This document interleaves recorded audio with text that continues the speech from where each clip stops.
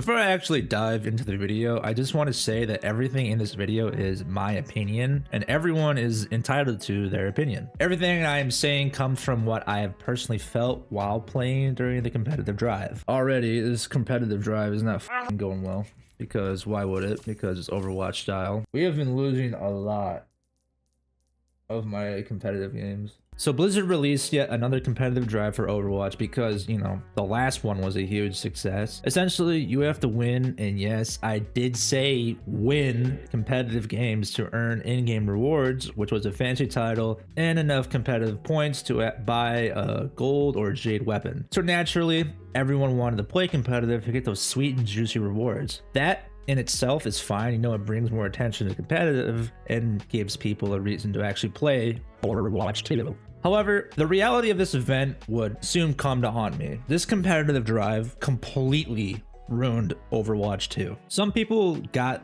the event rewards within a few hours, some within days, and maybe there are others out there who needed the whole event to get the rewards. In all of these cases, these people actually got their rewards. In my case, and I'm sure I'm not the only one in this, you know, situation, it didn't matter how many games I played, I was destined to never get these rewards. I don't know who I offended at Blizzard HQ. Maybe they heard me when I was making fun of their $90 mount that they put in World of Warcraft. 90 bucks, bro? What the f, dude?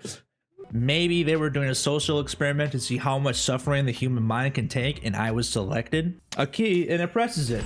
And here I am, trying to press Q to put Bob on the point, like, and it's not going on the point. So I mean, like, what more do you want me to press here, button?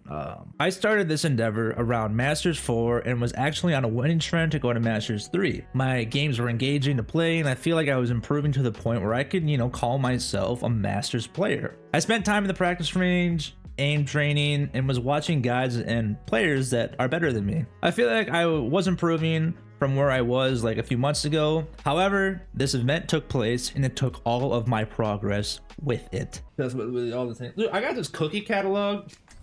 I actually might, dude, look at these cookies, bro. Look at, tell me these right here don't look banging, dude.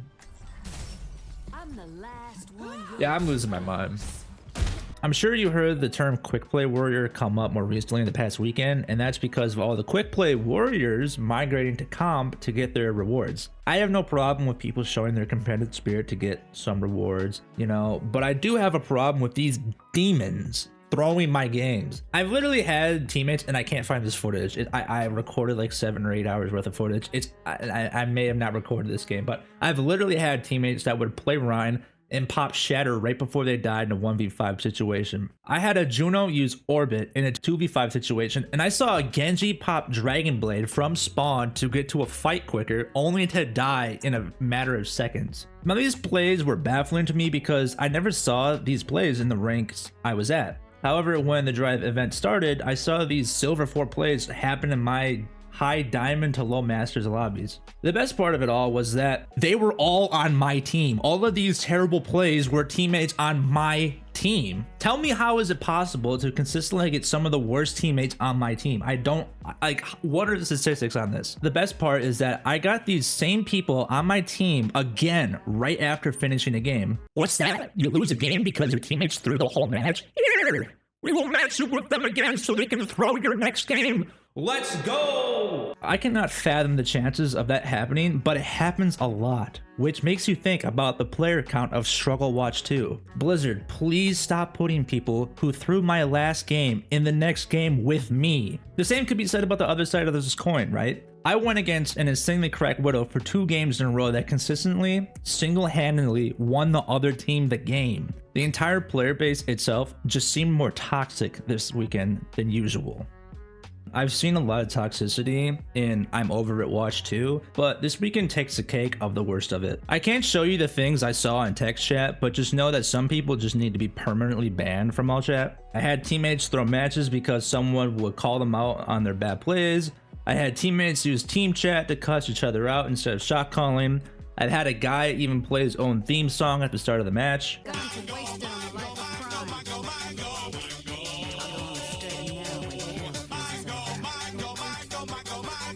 I probably played around 40 to 50 games this weekend trying to get the event rewards and only got halfway through it. I literally went on 2 massive losing streaks to the point where I just walked away from the event completely. I'm currently sitting low diamond 3 and I'm taking a break until this terribly put together event is over. Now, here are some ways that I would fix this event for the future. I would make it so that the progress towards the event rewards aren't tied solely to winning. I would make it so that maybe it's based off of your performance, right? So for example, let's say you popped off for a game but you still lost, you would still get progress towards the rewards despite your loss. Or you could scrap that whole idea and just make a small change that you no longer get docked when losing. Just make it so that you still get progress to the rewards when you lose, but the progress is a lot smaller compared to winning. This may be a hot take here, but I generally feel like Mental Asylum Watch 2 is in a good state right now, and the player count has gone up recently. However, the worst part about this game is the player base. I've gotten used to the counter swaps. Yeah, it sucks, but I've just accepted it. I've gotten used to getting rolled by a broken, horribly tuned hero. However, the worst part of the competitive experience is the fan base,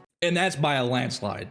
It's the people who say, oh, Marvel Rivals is better, or 6v6 will fix this game. First off, if you want to play another game, go play it. But stop preaching it to people who generally want to keep playing Overwatch. It's fine for those players to walk away from Overwatch, and I think it's better for the game's growth for those players to move on. The same can be said for the 6v6 fanatics, because they're holding on to a past and can't move on. I hate people who stay in the past, and it makes me upset when they use, their 6v6 idea as a saving grace that it will fix all of the game's problems. Like, no, 6v6 will fix nothing because we will still have a plethora of issues, and most of the issues will be the same issues that surround the 5v5 format. It doesn't matter what format there is, there will still be issues in the game. I feel like both types of these players should just move on from Someone Please Save Me Watch 2 and find another game to play so this game can actually grow and heal. It's like removing dead trees in the forest so the living trees have more room for growth. Like I said earlier, this game is my joy and I do want what's best for it, but in order to do so, we need to have a conversation and evaluate the problems with the game in a constructive manner. Now, I'm probably gonna cut my rant here because I feel like I can go on and on about the state of Overwatch 2, but I wanted to be concise enough to the point where my opinion is at least understood. I feel like this video will be hours long. I wanted to make this video to get my experiences and opinions out there because I do genuinely want what's best for this game. I also want to connect and spark a conversation with others who were in the same boat with me and with the people who actually had no issues with this event. Like, let's talk and have a conversation about it. And at the end of the day, this is just a game and rank is just a useless cosmetic that holds no value. Thank you all for watching, and please, if you enjoyed the video, make sure to subscribe and like, it really helps me out. Comment down below with your experiences with the competitive drive, and I'll see you all in the next story.